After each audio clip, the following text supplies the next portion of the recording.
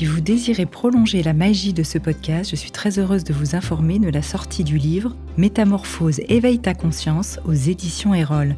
Ce livre est un voyage des mots parmi 33 podcasts iconiques de métamorphose. Vous y retrouverez la quintessence du message d'invités comme Laurent Gounel, Maud Ankawa, Christophe André, Natacha Calestrémé, Fabrice Midal et bien d'autres encore avec des citations éclairantes et des illustrations de Manon pour intégrer les concepts. Merci infiniment du chaleureux accueil que vous lui réserverez en ligne et chez votre libraire préféré.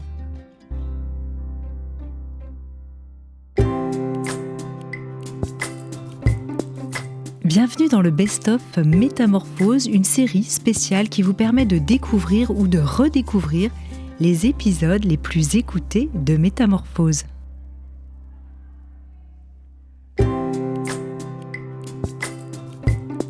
Bienvenue dans la saison 3 du podcast Métamorphose, le podcast qui éveille la conscience.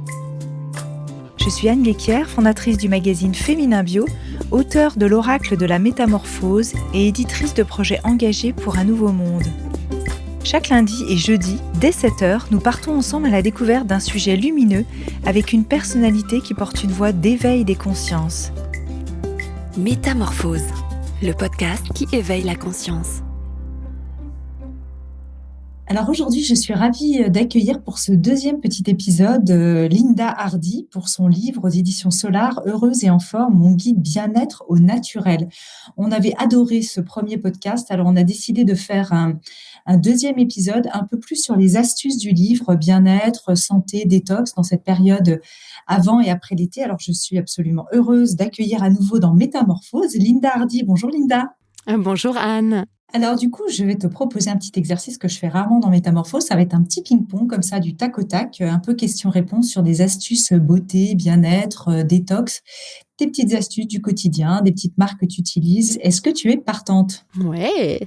Alors ça va être assez rigolo. Alors peau fraîche, cheveux toniques, tes petites astuces rituelles de beauté là pour rayonner au naturel. Si tu avais une petite astuce comme ça à nous donner, très très vite. Oh, peau fraîche et éclatante, pour moi, la base, c'est le double nettoyage, c'est le démaquillage à l'huile. Pour moi, il n'y a pas mieux. C'est-à-dire que si on a envie de retrouver une belle peau, même pour les peaux grasses, je tiens à le dire, parce que souvent les peaux mixtes à grasse, on nous dit « Ah non, faut pas utiliser d'huile ». C'est absolument faux. L'huile, voilà, c'est ancestral, c'est super. La première chose pour avoir une belle peau, c'est un bon démaquillage. De quelle huile tu pourrais plus te passer aujourd'hui ? Alors, il y en a plusieurs. En plus, j'en découvre de plus en plus avec le temps. J'ai l'huile d'argan que j'utilise beaucoup. Mais là, je viens de découvrir une huile que je ne connaissais pas, qui est l'huile de baobab, qui est extraordinaire pour les peaux sèches, un peu déshydratées. Ça retient en fait l'hydratation, c'est ça. Elle est absolument fantastique. Mais je suis aussi, j'utilise l'huile de pépins de figue de Barbarie pour au niveau des cernes, pour les petites rides, qui est également hyper antioxydante et qui est un vrai allié anti-âge. Mais j'en utilise plein. J'aime l'huile de coco, j'aime l'huile d'amande douce. Je me fais mon huile démaquillante avec un mélange d'huile d'amande douce, d'huile d'argan, si mes souvenirs sont bons, et coco, amande douce et jojoba, avec également de la vitamine E. Mais je peux aussi me démaquiller avec juste de l'huile d'argan ou juste avec de l'huile d'amande douce. Enfin, après, chacun a choisi un petit peu ce qui lui convient. Mais l'huile de ricin est géniale. Enfin, voilà, je suis une grande adepte des huiles. Je suis une grande adepte des huiles essentielles. Avec la mandarine, par exemple, ou la cannelle pour rebooster si j'ai un petit coup de fatigue. La cannelle est super, la mandarine est très apaisante, ou l'orange. Avec juste un petit warning sur la cannelle, hein. Oui, la cannelle, il faut faire très attention. Les huiles essentielles en général et la cannelle en particulier. La cannelle, il faut faire attention, par exemple, de ne pas la mettre sur les poignets ou des choses comme ça provoque des irritations. Mais on peut, dans un inhalateur, par exemple, ça fonctionne très, très bien. C'est très énergisant. La mandarine, elle apporte aussi de l'énergie. J'aime beaucoup, moi, l'orange parce qu'elle est calmante. J'aime la lavande. Pour le lâcher prise, je me rappelle plus laquelle j'utilise. Elle est très connue pour le lâcher prise, ça va me revenir. Enfin, alors tiens, pour les cheveux, tiens, toi qui as des jolis cheveux bouclés, mais en général pour les cheveux, allez hop, une petite astuce comme ça rapide. Déjà pour les cheveux, la première chose à faire, à mon sens, c'est d'utiliser au maximum des produits qui ne contiennent pas de sulfate chlorine de sodium, c'est-à-dire le SLS. Ça fait mousser les shampoings, mais c'est très asséchant pour les cheveux. Moi, j'utilise des produits sans parabènes, sans silicone également, parce que je trouve que c'est pas génial. Je conseille éventuellement de rajouter, en fonction de son type de cheveux, donc là, il faut faire un petit peu de recherche, mais des huiles essentielles à son shampoing. On peut prendre un shampoing qui soit un shampoing plutôt neutre et rajouter des huiles essentielles. Et après, ce qu'il faut faire quand même, c'est au maximum, au minimum de faire au moins un soin, à mon sens, par semaine. C'est-à-dire un masque, mais pareil, toujours de privilégier des aliments, pas du tout des aliments, de privilégier des produits, des ingrédients d'origine naturelle. Pour moi, c'est la base. Après, chacun doit trouver ce qui lui correspond le mieux. Il y a un petit tip qui est vachement sympa quand même, c'est que pour la brillance des cheveux, c'est une fois qu'on a fini son shampoing, c'est de se rincer les cheveux à l'eau froide, éventuellement de mettre un peu de vinaigre blanc, etc. Donc tout ça, c'est des petits tips que l'on retrouve dans mon ouvrage, mais qui sont vraiment tout simples, quoi. Et mes cheveux, on me parle souvent de mes cheveux bouclés, donc je tiens à déculpabiliser toutes les femmes qui se disent « Oh mon Dieu, Linda, elle a des cheveux bouclés incroyables tout le temps ». Non, je n'ai pas des cheveux incroyables et bouclés tout le temps. Ils sont bouclés tout le temps, mais incroyables, non. Pourquoi ? Parce que les cheveux sont frisés, sont très rebelles, et qui font un peu ce qu'ils veulent quand ils veulent, et que pour avoir des jolies boucles, j'ai le retravail au fer. Voilà, donc j'ai envie de dire qu'il faut. On sait que c'est pas comme ça tout le temps. Je tiens à le dire. Allez, une petite cure de solutions phyto, là. Tu proposes celle ginseng, guarana, maca, gelée royale. Ouais. Tout ça, c'est des super aliments que tu recommandes. Il y en a plein. Là, dernièrement, j'ai découvert une super algue dont je ne parle pas dans mon livre, mais j'ai envie d'en parler là. Bah voilà. Je me sentais que c'était la clamate. C'était la clamate. Et alors, moi, je parlais à fond de la spiruline et tout ça, mais j'ai appris qu'il y avait mieux que la spiruline. Donc, moi, je préfère personnellement la clamate. Je sais qu'il y a des gens qui préfèrent la spiruline en ayant testé les deux. Et pourquoi toi, tu préfères la clamate ? Je trouve qu'au niveau détox, au niveau de la digestion de mon organisme, elle est, je sais pas, je l'assimile beaucoup mieux. Ouais. C'est peut-être les conditions dans lesquelles elle a été, qui correspondent bien à mon écosystème intérieur. Je pourrais pas te dire, mais c'est vraiment un ressenti très profond chez moi. Ouais. Et ce que j'ai appris dernièrement, c'est qu'en fait, dans ce fameux lac où on trouve cette algue, Oregon, je crois. Exactement, en Oregon.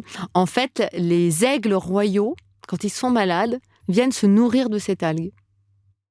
J'ai trouvé ça très très beau, et je me suis dit ok, donc ça nous prouve bien qu'en fait la nature, elle quand nous on ne sait pas, elle sait, les animaux savent, et voilà. Donc il y a la clamate, il y a les baies de goji que je trouve super. Après, moi j'adore rajouter des super aliments dans mon alimentation, donc j'adore les graines germées, mais je fais aussi des cures de gelée royale.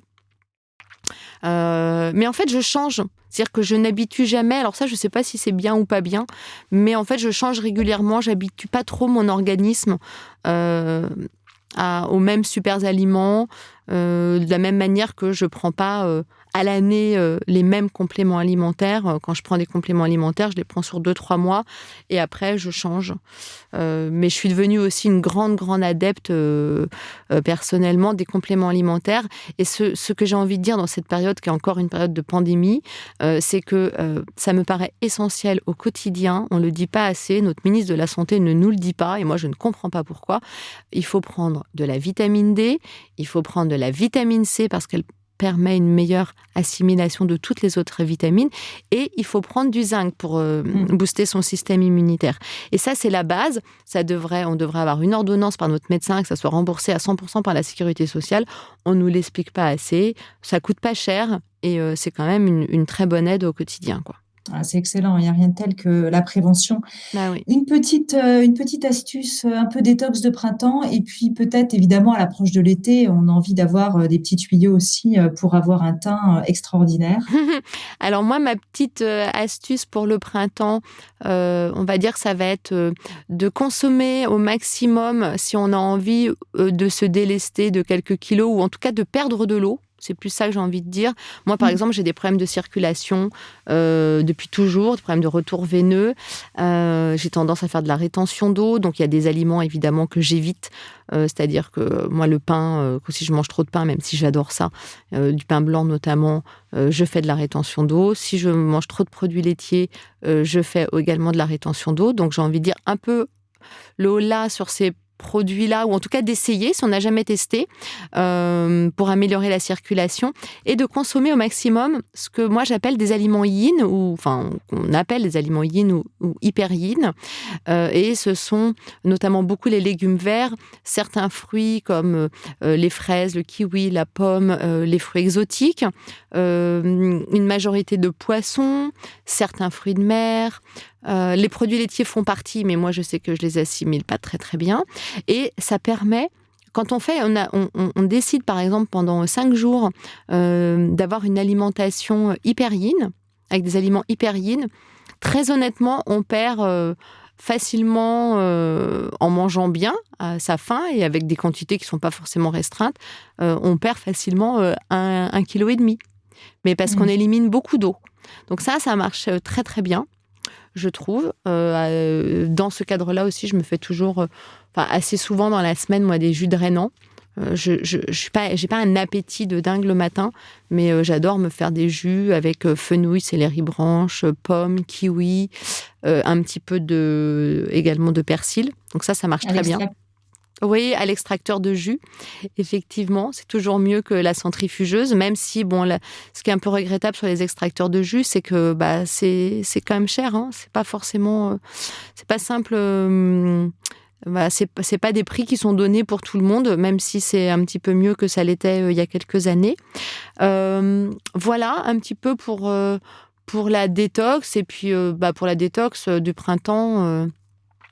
Ce qui est bien aussi quand même, c'est le jeûne intermittent 1 fois par semaine, hein, de mettre son organisme au repos pendant au minimum 16 heures, ça peut que faire du bien. Et pour moi, c'est quand même aussi une des règles pour une bonne santé. Intéressant. Pour ce qui concerne l'été et le teint. L'été, voilà, on a envie de soleil, et puis d'arriver, là on en a un peu marre d'être à l'intérieur et un peu confiné. Donc c'est vrai qu'on parlait de vitamine D tout à l'heure, on a un besoin de soleil et envie. Oui. Alors, il faut savoir que pour la vitamine D, par exemple, quand on n'est pas suffisamment, les gens parfois ne le savent pas, quand on a envie de faire un peu le plein de vitamine D, c'est important de mettre les jambes et les bras au soleil. Oui.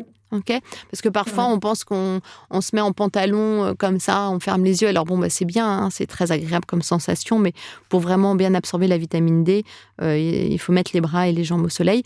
Donc ça, c'est la première chose. Moi, j'adore le soleil.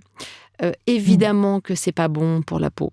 On va dire les choses quand même comme elles sont. À haute dose. À haute dose, c'est pas bon pour la peau. Donc, il faut quand même privilégier au maximum, quand on s'expose au soleil, des heures qui soient plutôt dans la matinée avant 11 heures et plutôt après 16 heures. De se protéger avec un bon écran solaire. Et j'ai envie de dire aussi, moi, ce que je trouve qui marche très très bien, j'ai testé, ça fait les 2 dernières années, ça fait pas si longtemps que je fais ça, mais j'ai testé les cures de compléments alimentaires à base notamment de bêta-carotène. Et je trouve que ça prépare très bien la peau au bronzage. D'abord, ça permet de prolonger le bronzage. Et ça, quand on fait ça, 1 mois ou 2 mois avant de partir, on n'a pas de coup de soleil. Et ça, je trouve que c'est quand même pas mal. De très bonne qualité. Hein. Oui, on est d'accord. On est d'accord, mais moi j'ai 2 marques que j'ai essayées que je trouve qui fonctionnent Alors, tu peux nous les donner. très On n'est très pas à la bien. télévision, on peut y aller. Bah, en fait, alors j'ai testé l'année dernière une marque qui s'appelle D+. Mhm. Claire que j'ai rencontrée, elle a fait une gamme qui s'appelle Prepare. Donc là, la Prepare, c'est vraiment pour préparer la peau à l'exposition au soleil. Je trouve qu'il marche très très bien avec une gamme Repair qui se prend le soir quand on va déjà au soleil et qui contient de l'huile de bourrache notamment, de l'huile d'onagre, de la vitamine A. Et ça marche bien sur la peau. Je trouve ça très efficace. Et puis, j'ai découvert plus récemment une gamme qui marche très, très bien aussi, d'une marque qui s'appelle l'Achille Beauty. Donc, ce sont des produits qui sont, en termes de prix, aussi beaucoup plus abordables que des plus, avec une gamme qui s'appelle Good Sun, qui marche très, très bien également, sur lequel il y a très bon retour aussi des consommateurs. Donc voilà. Après, je pense qu'il y en a d'autres. Il y a Eunobiol qui fait ça depuis très longtemps, qui a été un petit peu précurseur sur ce genre de produits, mais je les connais moins. Enfin, je les ai utilisés il y a très longtemps et moins récemment. Je pense à Oemin aussi, qui est bon, c'est un de nos annonceurs aussi, mais c'est vrai que moi je les recommande parce ils sont bio et c'est formulé aussi là encore par un dermatologue avec peu d'impact sur l'environnement, donc c'est toujours chouette. Mais c'est vrai que Ouais. voilà, il faut les choisir de qualité, prendre le temps en tout cas de le choisir. Et puis Merci en tout fabriqué cas en pour France, c'est toujours voilà. mieux. C'est le cas aussi de ceux que j'ai cités. Un petit masque qui te plairait comme ça pour avoir un petit peu de glow, encore une fois, pour donner ce petit côté magique, bonne mine.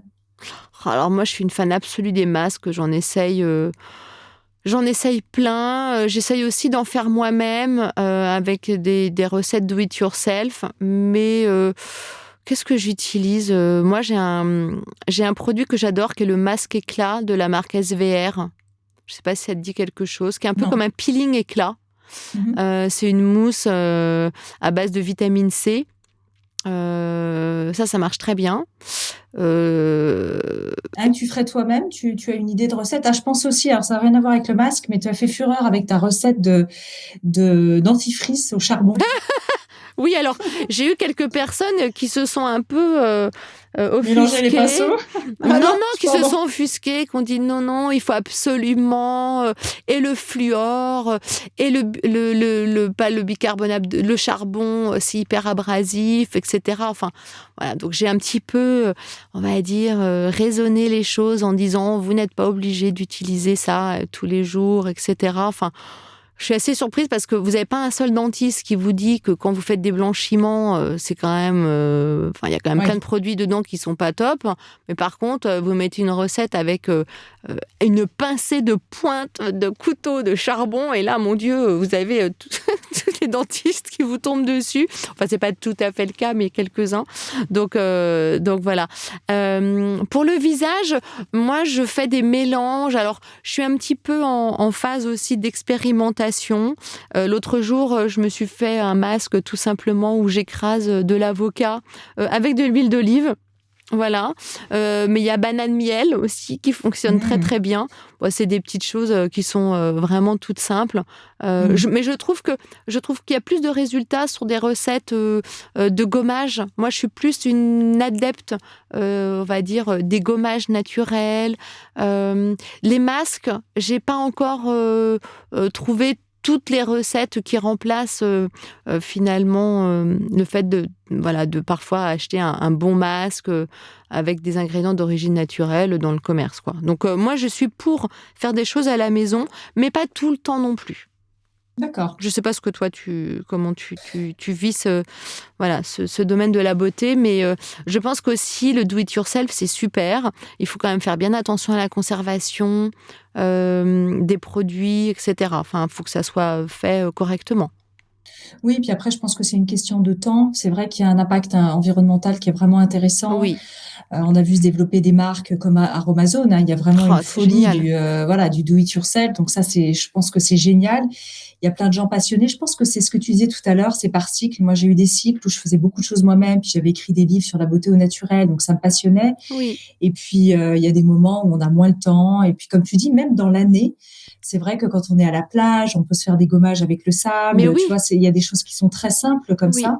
tout à fait. Et puis, il y a des moments où on a envie aussi de tester, d'aller vers d'autres rivages. Et je trouve que c'est bien aussi d'accueillir ça, tout à fait. En fait, c'est toujours ça. C'est-à-dire, c'est pas. Pour moi, ce qui est important, c'est de ne pas forcément être dans une approche extrême des choses. Par exemple, je me souviens, il y a un an, enfin, il y a plus qu'un an maintenant, ça fait 2 ans, j'étais en Guadeloupe, j'avais oublié mon gommage. En fait, toi, tu te parles du sable, et moi, j'avais pris du sucre de canne avec du miel au petit-déj. Et je suis allée me faire mon gommage avec ça. Et franchement, c'était super. Et puis, il y a d'autres moments où je ne veux pas le faire, où je veux partir avec mon gommage. Voilà. Ce que j'essaie quand même au maximum aujourd'hui, en ce qui concerne la beauté, c'est de privilégier toujours des produits avec des ingrédients d'origine naturelle. J'essaie de le faire au maximum. Je scanne mes produits sur Yuka, même mes produits de beauté, en ayant pris quand même un tout petit peu de recul, parce qu'il y a 1 an et demi, quand j'ai fait ça, j'ai quasiment tout jeté ce que j'avais. Donc, je me suis dit, bon, c'est un peu extrême.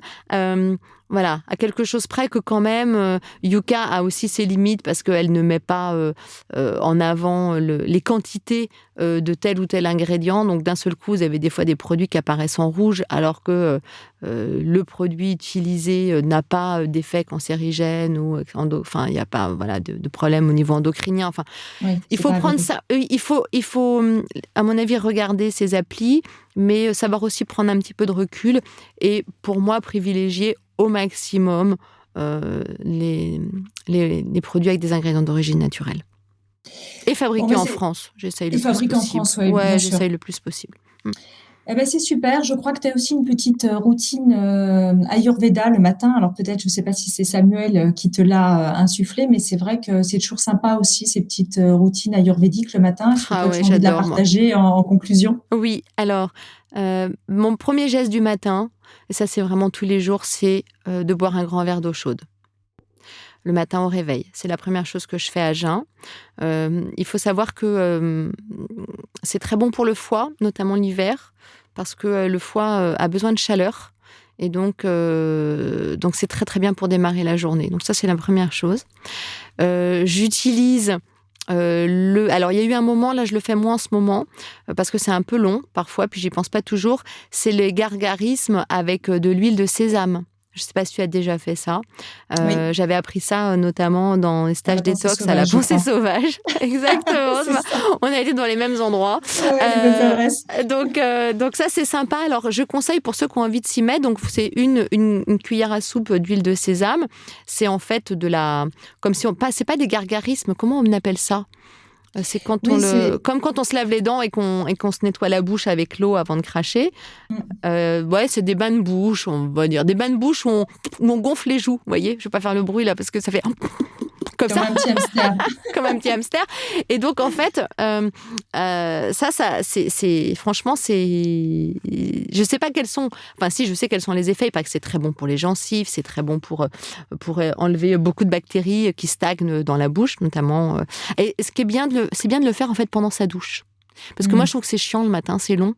Parce que c'est au minimum, enfin, c'est 5 minutes minimum. Et vous avez quand vous allez faire des cures en Inde, ça peut durer 20 minutes. Hein. Donc, c'est quand même un peu long. Sous la douche, c'est pas mal. Bon, vous pouvez pas chanter, mais au moins, ça passe bon vite. Pour la laine. C'est bon pour la laine et quand on jeûne, c'est un point important. Exactement. Donc, on a ça. Le gratte-langue. Le gratte-langue qui est quand même un ustensile qui peut paraître barbare, mais qui est quand même assez génial. Donc, le matin, juste après... Alors, il y a un truc que je ne me souvenais plus, parce que ça fait un petit moment.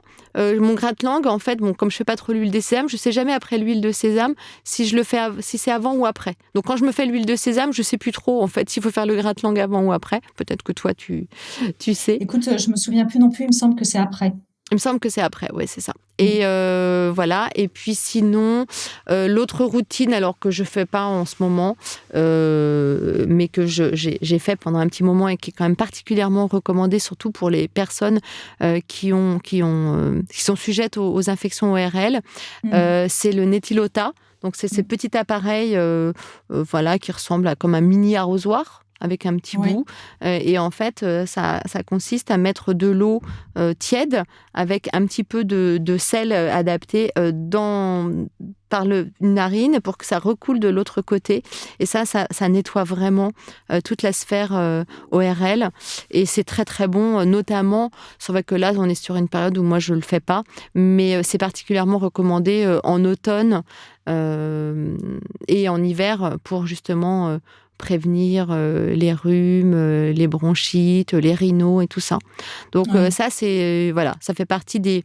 Mais ce que je fais vraiment au quotidien, sans jamais sans passer à côté, c'est vraiment le verre d'eau chaude déjà et le gratte-langue. Eh bien voilà, merci beaucoup Linda Hardy. On a plein de petites astuces dans cette intersaison, fin du printemps, début de l'été. Merci pour ce deuxième podcast sur les astuces de ton livre. Cet échange à nouveau rayonnant. Je rappelle le titre de ton ouvrage, Heureuse et en forme, mon guide bien-être au naturel, qui est paru le 6 mai aux éditions Solar. Et bien sûr, on l'a dit dans le podcast précédent, on peut te retrouver sur Instagram, sur tes 2 comptes, Linda Hardy _officiel et Heureuse et en forme. Merci beaucoup, Linda. Merci, Anne. Au revoir. Découvrez mes invités en avant-première sur Instagram à l'adresse Métamorphose Podcast. Si vous aimez ce podcast, favorisez sa diffusion en lui donnant 5 étoiles sur Apple Podcast ou sur votre plateforme préférée. Et surtout, abonnez-vous pour suivre tous les épisodes gratuitement. Découvrez aussi en librairie mon livre, issu du podcast Métamorphose, éveille ta conscience, 33 rencontres essentielles pour être soi aux éditions Erol. Et enfin, pour nous soutenir, rejoignez la tribu Métamorphose à l'adresse patreon.com/métamorphose. Merci infiniment. Métamorphose, le podcast qui éveille la conscience.